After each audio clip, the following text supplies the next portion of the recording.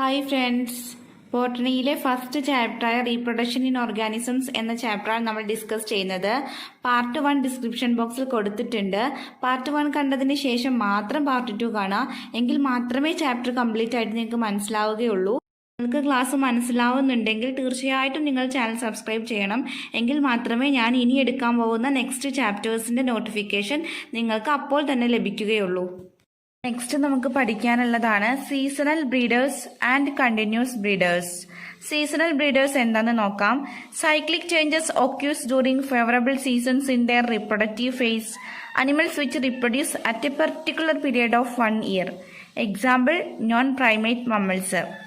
അതായത് റീപ്രൊഡക്റ്റീവ് ഫേസിൽ ഫേവറബിൾ സീസൺസിൽ മാത്രമാണ് സൈക്ലിക് ചേഞ്ചസ് നടക്കുന്നത്. അപ്പോൾ സൈക്ലിക് ചേഞ്ചസ് എന്താണെന്ന് നമ്മൾ പഠിച്ചു. 2 തരം സൈക്ലിക് ചേഞ്ചസ് ഉണ്ട്, മെൻസ്ട്രൽ സൈക്കിൾ ആൻഡ് ഈസ്ട്രൽ സൈക്കിൾ. അപ്പോൾ നിങ്ങൾക്ക് അറിയുമായിരിക്കും മെൻസ്ട്രൽ സൈക്കിളിന് ഒരു ഫേവറബിൾ സീസൺ ഇല്ല. മെൻസ്ട്രൽ സൈക്കിള് ഒരു സീസൺ നോക്കിയിട്ടൊന്നുമല്ല ഹ്യൂമൻസിൽ മെൻസ്ട്രേഷൻ എന്ന് പറയുന്ന പ്രോസസ്സ് നടക്കുന്നത്. പക്ഷേ ഈസ്ട്രസ് എന്ന് പറയുന്ന പ്രോസസ്സ് സീസൺ നോക്കിയിട്ടാണ്, ഒരു ഫേവറബിൾ സീസൺസിൽ മാത്രമാണ് സൈക്ലിക് ചേഞ്ചസ് നടക്കുന്നത്. അതുകൊണ്ടാണ് എക്സാമ്പിൾ നോൺ പ്രൈമേറ്റ് മമ്മൽസ് വന്നത്. പ്രൈമേറ്റ്സ് ഏതെല്ലാമാണ്? ഹ്യൂമൻ, മങ്കി, ആപ്സ്, ഇതൊക്കെ പ്രൈമേറ്റ്സ് ആണ്. ഇവയിലൊന്നും സൈക്ലിക് ചേഞ്ചസിന് ഒരു ഫേവറബിൾ സീസൺ ഇല്ല. അതുകൊണ്ട് തന്നെ അവയെല്ലാം കണ്ടിന്യൂസ് ബ്രീഡേഴ്സ് ആണ്. കണ്ടിന്യൂസ് ബ്രീഡേഴ്സ് എന്താണെന്ന് നോക്കാം. Animals which reproductively active through their life span. Animals എല്ലാ സമയത്തും റീപ്രൊഡക്റ്റീവ്ലി ആക്റ്റീവാണ്. അത്തരത്തിലുള്ളവയാണ് കണ്ടിന്യൂസ് ബ്രീഡേഴ്സ് എന്ന് പറയുന്നത്. പ്രൈമേറ്റ് മമ്മൽസ്, അതായത് ഹ്യൂമൻ, മങ്കീസ്, എയ്പ്സ് ഒക്കെ എക്സാമ്പിളാണ്. അതായത് കണ്ടിന്യൂസ് ബ്രീഡേഴ്സ് ഒരു ഫേവറബിൾ സീസണെ ഡിപ്പെൻഡ് ചെയ്യുന്നില്ല. ഈസ്റ്റർ സൈക്കിൾ പഠിച്ച സമയത്ത് നമ്മൾ പറഞ്ഞു, ഈസ്റ്റർ സൈക്കിളിൽ ഫീമെയിൽ ഈസ്ട്രസ് ആയിരിക്കണം, അല്ലെങ്കിൽ ഫീമെയിൽ ഹീറ്റ് പീരിയഡിലായിരിക്കണം. ആ സമയത്ത് മാത്രമാണ് ഫീമെയിൽ മെയിൽ മേറ്റിംഗ് നടക്കുന്നത്. പക്ഷേ കണ്ടിന്യൂസ് ബ്രീഡേഴ്സിൽ അങ്ങനെ ഒരു ഫേവറബിൾ സീസൺ ഇല്ല. മെയിൽ ഫീമെയിൽ മേറ്റിംഗ് ഏത് സമയത്ത് വേണമെങ്കിലും നടക്കാം. Next, events in sexual reproduction.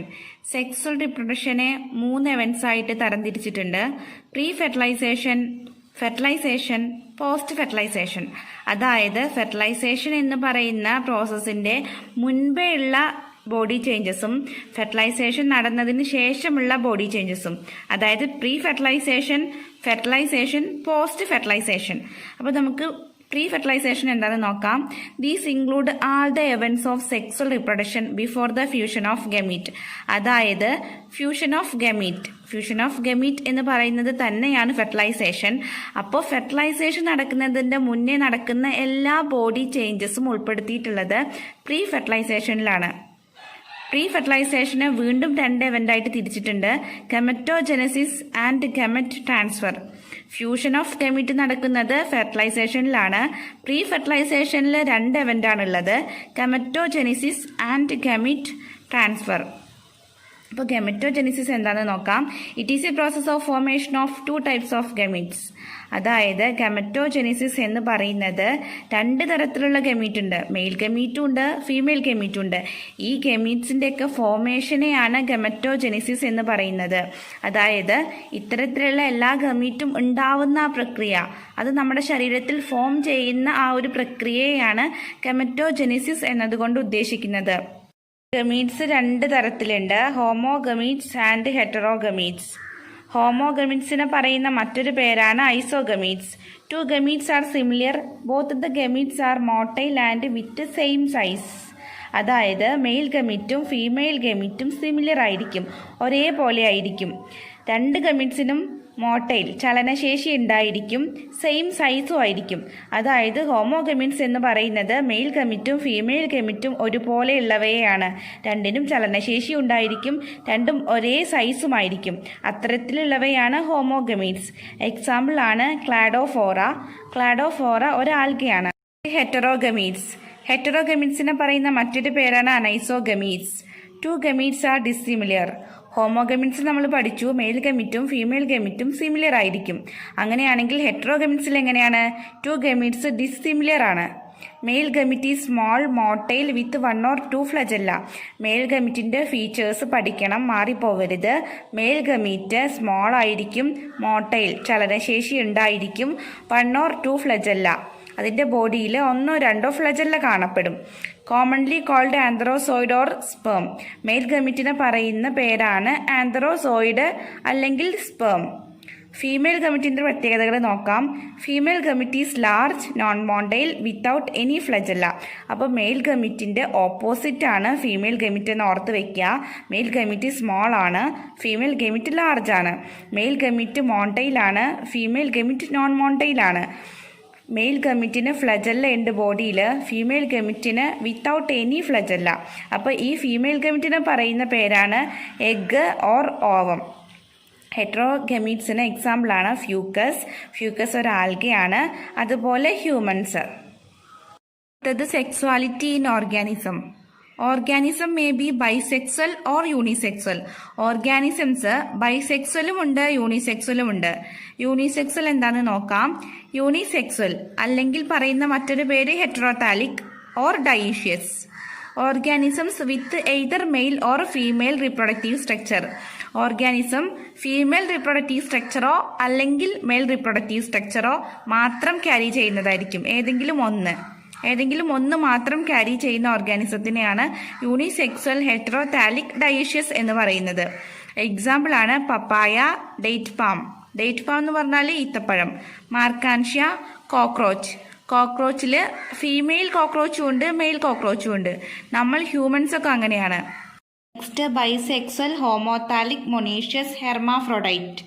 Hermaphrodite എന്ന് പറയുന്നത് അനിമൽസിൻ്റെ കേസിലാണ്. ബൈസെക്സ്വൽ ഹോമോതാലിക് മൊണീഷ്യസ് എന്നെല്ലാം പ്ലാന്റിൻ്റെ കേസിലും പറയുന്ന പേരുകളാണ്. അപ്പോൾ നമുക്ക് ബൈസെക്സ്വൽ എന്താണെന്ന് നോക്കാം. Organisms with both male and female reproductive structure in the same individual.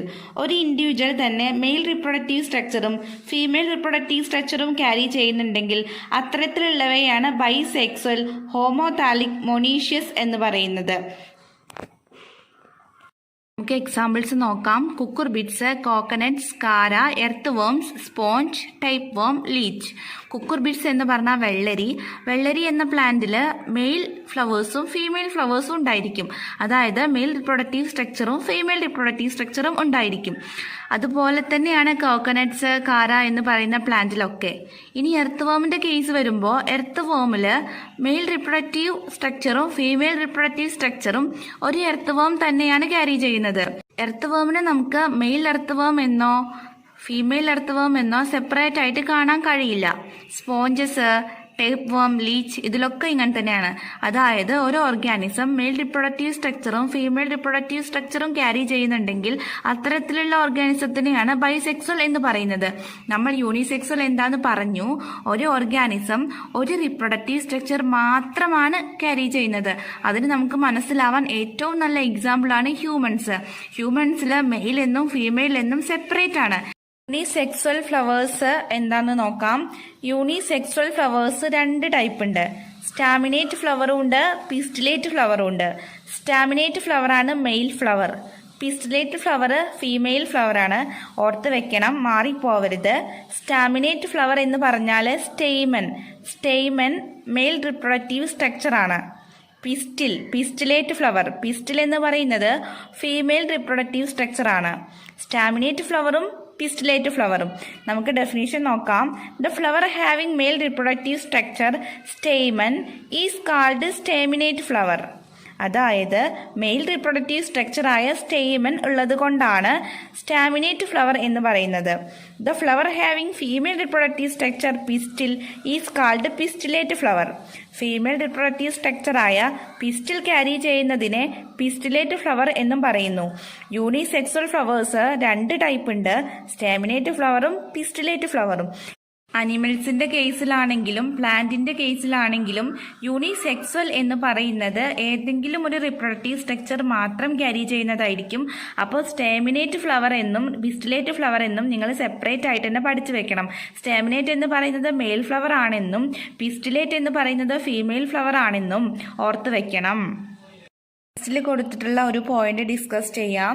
Gametes are formed in nature and usually A direct product of meiotic division. Gametes എല്ലാം ഹാപ്ലോയിഡ് ആയിരിക്കും. മെയിൽ ഗമീറ്റായ സ്പേം, ഫീമെയിൽ ഗമീറ്റായ ovum ഇവയെല്ലാം haploid ആണ്. Haploid കണ്ടീഷനും ഉണ്ട്, നമ്മുടെ ശരീരത്തിൽ diploid കണ്ടീഷനും ഉണ്ട്. ഡിപ്ലോയിഡ് എന്ന് പറയുന്നത് 46 ക്രോമസോമുകളെയാണ്. ഹാപ്ലോയിഡ് എന്ന് പറയുന്നത് 46ന്റെ നേർപകുതി 23 ക്രോമസോംസ്. ഈ ഗമീറ്റ്സ് എല്ലാം ഹാപ്ലോയിഡ് ആണ്, അത് പ്രത്യേകം ഓർത്ത് വയ്ക്കുക. Usually A direct product of meiotic division. Confusion ആവേണ്ട കാര്യമില്ല. ഈ ഗമീറ്റ്സ് എന്ന് പറയുന്നത് മിയോട്ടിക് ഡിവിഷന്റെ ഫലമായിട്ട് നമ്മുടെ ബോഡിയിൽ ഫോം ചെയ്യുന്നതാണ്. അപ്പോൾ നിങ്ങൾ 2 പോയിന്റ് ഓർത്ത് വയ്ക്കുക. ഗമീറ്റ്സ് ഹാപ്ലോയിഡ് ആണെന്നും ഈ ഗമീറ്റ്സ് ഫോം ചെയ്യുന്നത് മിയോട്ടിക് ഡിവിഷന്റെ ഫലമായിട്ട് ണെന്നും ഓർത്ത് വയ്ക്കുക. എക്സെപ്ഷൻ കേസ് ഉണ്ട്. ഹാപ്ലോയിഡ് ഓർഗാനിസത്തിൽ മാത്രം ഈ ഗമീറ്റ്സ് ഫോം ചെയ്യുന്നത് മൈറ്റോസിസ് നടന്നിട്ടാണ്. മൈറ്റോസിസ് എന്ന പ്രോസസ്സ് നടന്നിട്ടാണ് ഹാപ്ലോയിഡ് ഓർഗാനിസത്തിൽ ഗമീറ്റ്സ് ഫോം ചെയ്യുന്നത്. ഇത്രയും നേരം നമ്മൾ ഡിസ്കസ് ചെയ്തത് പ്രീ ഫെർട്ടിലൈസേഷൻ എന്ന സെക്സ്വൽ റിപ്രൊഡക്ഷന്റെ ഫസ്റ്റ് എവന്റിനെ കുറിച്ചാണ്. ഇനി സെക്കൻഡ് എവന്റായ ഫെർട്ടിലൈസേഷനെ കുറിച്ചാണ് നമുക്ക് ഡിസ്കസ് ചെയ്യാനുള്ളത്. ഫെർട്ടിലൈസേഷൻ എന്ന് പറയുന്നത് the process of fusion of male and female gametes is termed as a syngamy or fertilisation. Male ഗമീറ്റായ സ്പേമും ഫീമെയിൽ ഗമീറ്റായ ഓവും തമ്മിലുള്ള ഫ്യൂഷനെയാണ് ഫെർട്ടിലൈസേഷൻ എന്ന് പറയുന്നത്. പ്രീ ഫെർട്ടിലൈസേഷനിൽ ഗമീറ്റ്സ് ഫോം ചെയ്യുന്നതും ഗമീറ്റ്സിന്റെ ട്രാൻസ്ഫറുമാണ് നമ്മൾ പഠിച്ചത്.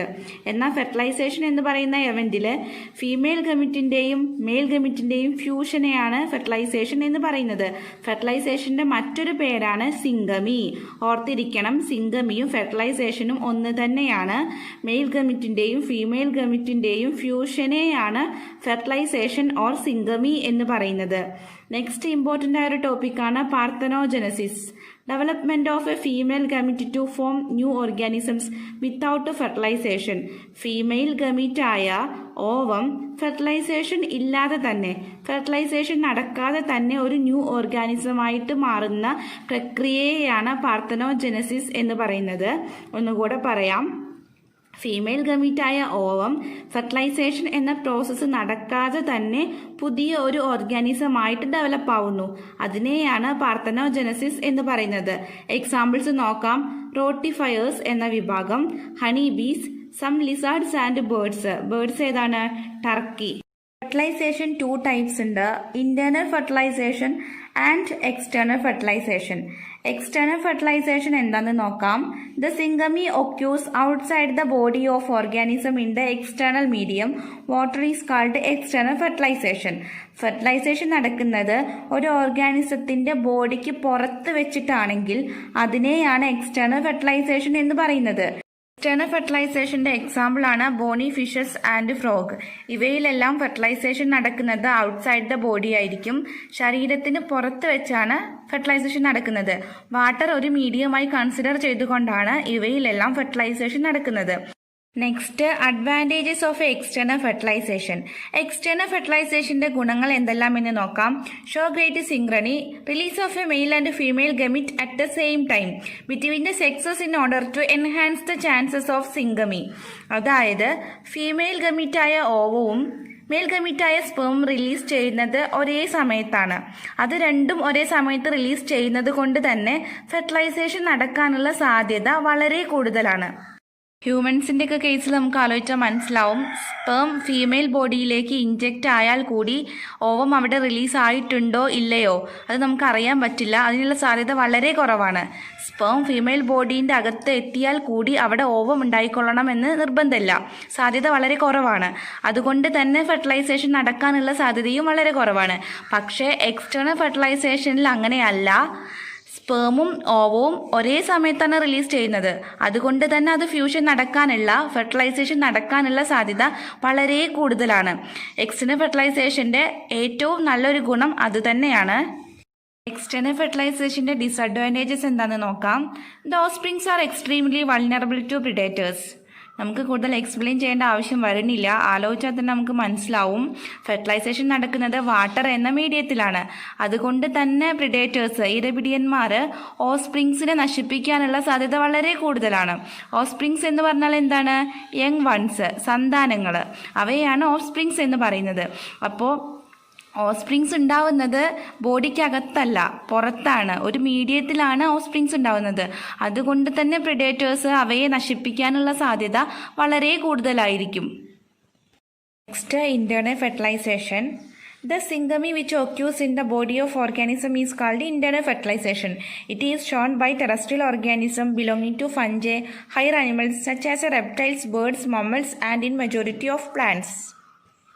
എന്താണ് internal fertilisation? The syngamy which occurs in the body of organism is called internal fertilization. Syngamy, fusion of male and female gametes, അത് നടക്കുന്നത് ഇൻസൈഡ് ദ ബോഡിയാണ്.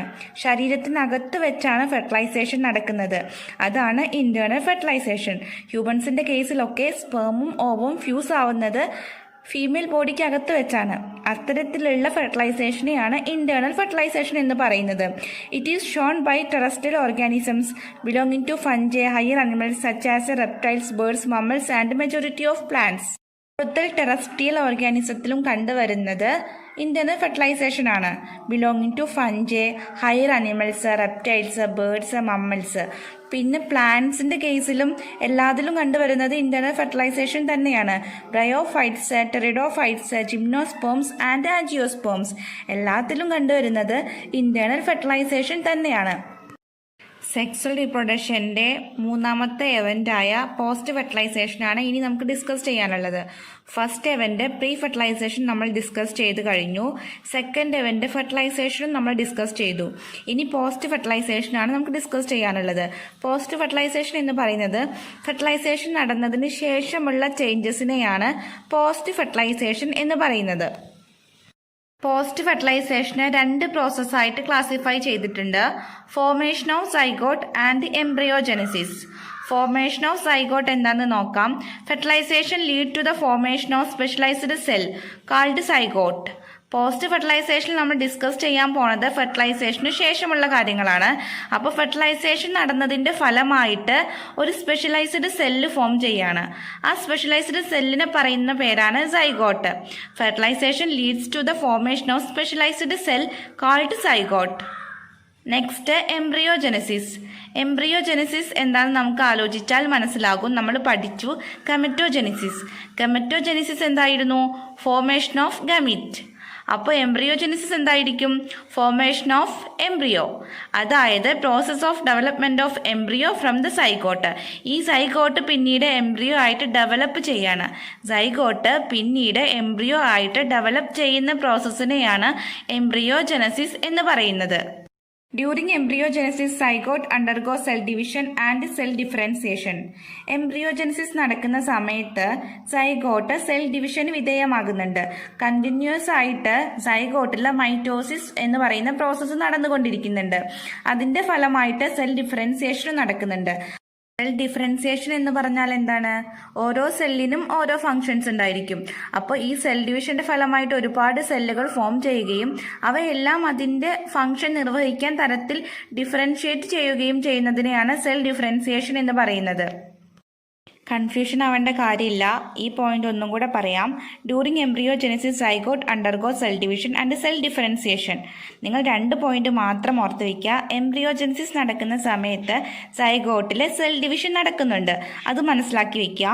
എംബ്രിയോജെനസിസ് നടക്കുന്ന സമയത്ത് സൈഗോട്ടിലെ സെൽ ഡിവിഷൻ നടക്കുന്നുണ്ട്. നെക്സ്റ്റ് പോയിന്റ്, ഈ സെൽ ഡിവിഷന്റെ ഫലമായിട്ട് ഒരുപാട് സെല്ലുകൾ ഫോം ചെയ്യുകയും അവയെല്ലാം സെൽ ഡിഫറൻസിയേഷന് വിധേയമാവുകയും ചെയ്യുന്നു. സെൽ ഡിഫറൻസിയേഷൻ എന്ന് പറഞ്ഞാൽ എന്താണ്? ഓരോ സെല്ലിനും അതത് ഫങ്ഷൻസ് ഉണ്ടായിരിക്കും. അത് നിർവഹിക്കാൻ തരത്തിൽ അവ ഡെവലപ്പായി നിൽക്കുന്നു. അത്ര മാത്രം ഓർത്ത് വയ്ക്കുക.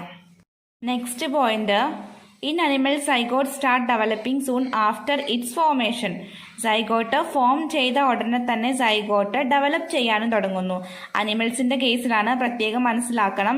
സൈഗോട്ട് ഫോം ചെയ്ത ഉടനെ തന്നെ സൈഗോട്ട് ഡെവലപ്പ് ചെയ്യാനും തുടങ്ങുന്നു. Basis of development of zygote animals may be either oviparous or viviparous. സൈഗോട്ടിന്റെ ഈ ഡെവലപ്മെന്റിന്റെ ബേസിസിൽ അനിമൽസിനെ ഒവിപാരസ് എന്നും വിവിപാരസ് എന്നുമായിട്ട് തരംതിരിച്ചിട്ടുണ്ട്. നെക്സ്റ്റ് നമുക്ക് ഒവിപാരസ് അനിമൽസ് എന്താണെന്ന് നോക്കാം. Those which lie fertilized eggs covered by hard calcareous shell in safe place. These eggs after a period of incubation hatch out as a young ones. Oviparous animals എന്ന് പറയുന്നത് മുട്ടയിടുന്ന ജീവികളെയാണ്. സിമ്പിളായിട്ട് ഓർത്ത് വയ്ക്കുക, മുട്ടയിടുന്ന ജീവികളാണ് ഒവിപാരസ് അനിമൽസ്. ഈ fertilised eggs hard calcareous shell കൊണ്ട് കവർ ചെയ്ത് വെച്ചിട്ടുണ്ടായിരിക്കും. These eggs after a period of incubation hatch out as a young ones. Period of incubation എന്ന് പറയുന്നത് മുട്ട വിരിയാൻ എടുക്കുന്ന ആ ഒരു ടൈം പീരീഡിനെയാണ് ഇൻക്യുബേഷൻ എന്ന് പറയുന്നത്. ഈ ഇൻക്യുബേഷൻ പീരീഡിന് ശേഷമാണ് അവ ന്യൂ ഓർഗാനിസം ആയിട്ട് പുറത്തേക്ക് വരുന്നത്. എക്സാമ്പിൾ ആണ് reptiles and birds. Next viviparous organisms ആണ്. ഇത് നമുക്ക് കൂടുതൽ എക്സ്പ്ലെയിൻ ചെയ്യേണ്ട ആവശ്യം കൂടിയില്ല. ഒവിപാരസ് എന്ന് പറയുന്നത് മുട്ടയിടുന്ന ജീവികളാണെങ്കിൽ വിവിപാരസ് എന്ന് പറയുന്നത് പ്രസവിക്കുന്ന ജീവികളെയാണ്. Are those which keep the fertilised product zygote within the body of female organisms and after attaining a certain stage of growth offsprings are delivered from the body. Viviparous organisms fertilised പ്രൊഡക്റ്റായ സൈഗോട്ടിനെ female ബോഡിക്ക് അകത്താണ് carry ചെയ്യുന്നത്. After attaining a certain stage of growth, വളർച്ചയുടെ ഒരു ഘട്ടം എത്തിക്കഴിയുന്നത് വരെയും സൈഗോട്ട് ഫീമെയിൽ ബോഡിയിൽ തന്നെയാണ്. Offsprings are delivered from the body because of proper embryonic protection and care inside the body. അതിനുശേഷമാണ് ഓഫ്സ്പ്രിങ്സ് ഫീമെയിൽ ബോഡിയിൽ നിന്നും പുറത്തേക്ക് വരുന്നത്. അപ്പോൾ പ്രോപ്പർ എംബ്രിയോണിക് പ്രൊട്ടക്ഷനും കെയറും കിട്ടുന്നത് കൊണ്ട് തന്നെ വിവിപാരസ് ഓർഗാനിസത്തിന്റെ ഫെർട്ടിലൈസ്ഡ് പ്രൊഡക്റ്റായ സൈഗോട്ട് സർവൈവ് ചെയ്യാൻ സാധ്യത കൂടുതലാണ്. ഒവിപാരസിന്റെ കേസിൽ ഫെർട്ടിലൈസ്ഡ് എഗ്ഗാണ് പുറത്തേക്ക് വരുന്നത്. അതുകൊണ്ട് തന്നെ പ്രിഡേറ്റേഴ്സ് അത് ഫുഡ് ആക്കാനോ അത് പൊട്ടിപ്പോവാനോ ഒക്കെയുള്ള സാധ്യത വളരെ കൂടുതലാണ്. പക്ഷേ വിവിപാരസിന്റെ കേസിൽ ഫെർട്ടിലൈസ്ഡ് പ്രൊഡക്റ്റ് സൈഗോട്ട് ഫീമെയിൽ ബോഡിയിൽ നിന്ന് എല്ലാ കെയറും കിട്ടിയിട്ട് അതിൻ്റെ ഒരു പൂർണ്ണ വളർച്ച എത്തിയതിന് ശേഷമാണ് അത് പുറത്തേക്ക് വരുന്നത്. അപ്പോൾ സർവൈവ് ചെയ്യാൻ ഏറ്റവും സാധ്യത കൂടുതലുള്ളത് വിവിപാരസ് ഓർഗാനിസത്തിന്റെ കേസിലാണ്. ഇനി നമുക്ക് ഈ ചാപ്റ്ററിന്റെ ലാസ്റ്റ് പാർട്ടാണ് എടുക്കാനുള്ളത്, ഫ്ലവറിംഗ് പ്ലാന്റ്സിലെ ഫെർട്ടിലൈസേഷൻ. അപ്പോൾ after fertilisation ovary develop into fruit and ovule mature into seed. അപ്പോൾ ഫ്ലവറിംഗ് പ്ലാന്റ്സിലെ ഫെർട്ടിലൈസേഷൻ നടന്നതിന് ശേഷം ഓവറി ഫ്രൂട്ട് ആയിട്ട് ഡെവലപ്പ് ആവുന്നു, ഒവ്യൂള് സീഡ് ആയിട്ടും ഡെവലപ്പ് ആവുന്നു. After dispersal seed germinate under favourable condition to produce new plant. സീഡിൽ നിന്നാണ് പിന്നീട് ന്യൂ പ്ലാന്റ് ഫോം ചെയ്യുന്നത്. അപ്പോൾ ആഫ്റ്റർ ഡിസ്പേഴ്സൽ എങ്ങനെയെങ്കിലുമൊക്കെ സീഡ് പല സ്ഥലങ്ങളിലായി വിതരണം ചെയ്യപ്പെടും. അതായത് പക്ഷികൾ മുഖേനയോ വെള്ളത്തിലൂടെയോ ഒക്കെ സീഡ് സ്പ്രെഡ് ആവും. അവിടെ നിന്നും അതിനൊരു ഫേവറബിൾ കണ്ടീഷൻ കിട്ടിയാൽ ആ സീഡ് ന്യൂ പ്ലാന്റ് ആയിട്ട് ഫോം ചെയ്യും. ഓക്കെ ഫ്രണ്ട്സ്, നമ്മളപ്പോൾ ഫസ്റ്റ് ചാപ്റ്റർ കംപ്ലീറ്റ് ചെയ്തു. നെക്സ്റ്റ് നമുക്ക് ഈ ചാപ്റ്ററിൻ്റെ റിവിഷൻ ചെയ്യാം. ഓക്കെ ഫ്രണ്ട്സ്, അപ്പം നമുക്ക് നെക്സ്റ്റ് ഈ ചാപ്റ്ററിൻ്റെ റിവിഷൻ വീഡിയോയിൽ കാണാം. Okay, by.